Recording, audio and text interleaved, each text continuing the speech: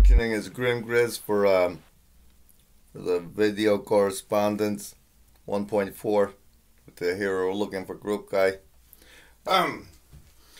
Regarding to my building and cultivating an audience. Okay, so that came.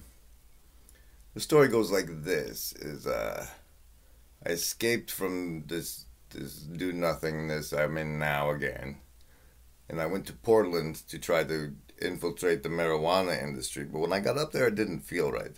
But anyway, while I was up there, I discovered these truther streamer people who put on shows like nigh every day, and they gather like all sorts of people, and it's basically fear porn, hate porn. It's almost everything you can watch is a type of porn, really.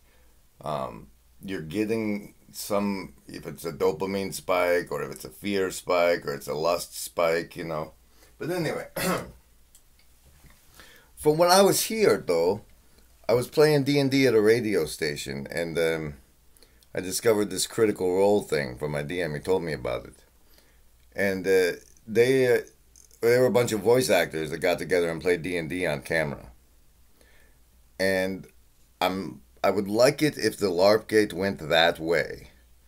But that's way not in this conversation. But what happened with them is they put on a show, and then that show was a part of a Geek and Sundry network on Twitch that ran shit 24 hours a day. And then I get involved in this truther shit and these porn dealers and stuff. And they're not networking because, like, half of them are in agencies that don't want to work with other agencies, and I don't know, they're all paranoid and conspiracy theory anyway, you know. But it got to be, it's like, unless you have an audience, no one can hear you, which is part of the mind freeing, really. There's essentially, television has put our entire society to sleep with one steady, comfortable lie that you're nothing, you're not good enough, you're just a person. Normal is your ideal. Normal is what you should aim for. Normal is the lowest common denominator.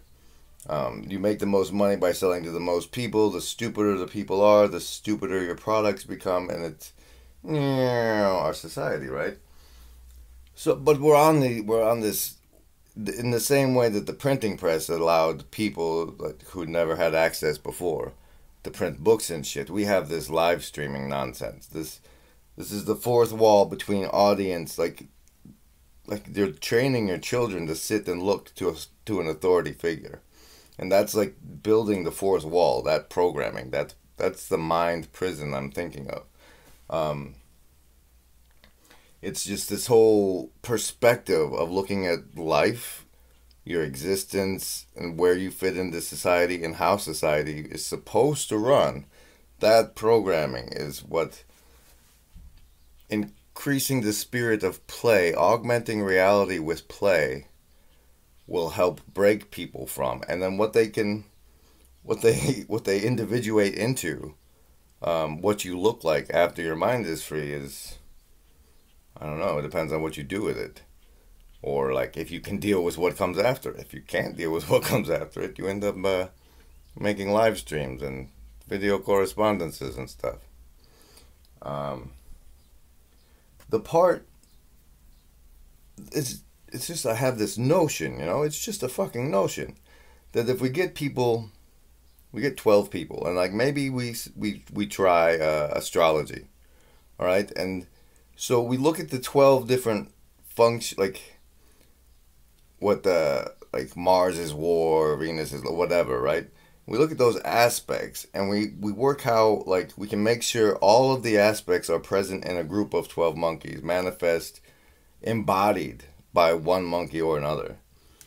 Meanwhile, God, I really want to break it down, like, similar to the way classes work in Dungeons and Dragons. So, like, you know, or like, say, WoW is a more familiar player base, right? But you get an adventuring party, and you got the wizards doing damage. You got the fighters tanking all the incoming damage. You got the healers maintaining the integrity on the inside. It's like that. It's like all the components. We can't expect them to be in too small a group of people if you want all the components. And I think 8 to 12 is good, and 12 is just mimetically prettier. So that's why the 12. That the movie ties in with the time traveler coming back to prevent / cause, because that's the way time travel works, of the virus is kind of just neat, given the reality context we have. And this one little gem I caught once that was, whenever anybody thinks about time traveling, they're like, be careful not to screw up the timeline when you go back there.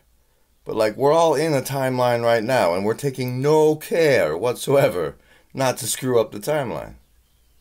It's interesting. So that's why I like that the 12 Monkeys ties in with time travel, because I can work that gem in there. But no, it's a inchoate, formless blob of idea notion. But I'm only one monkey, you see. It needs... Anyway. That should give you something to respond to, at least, right?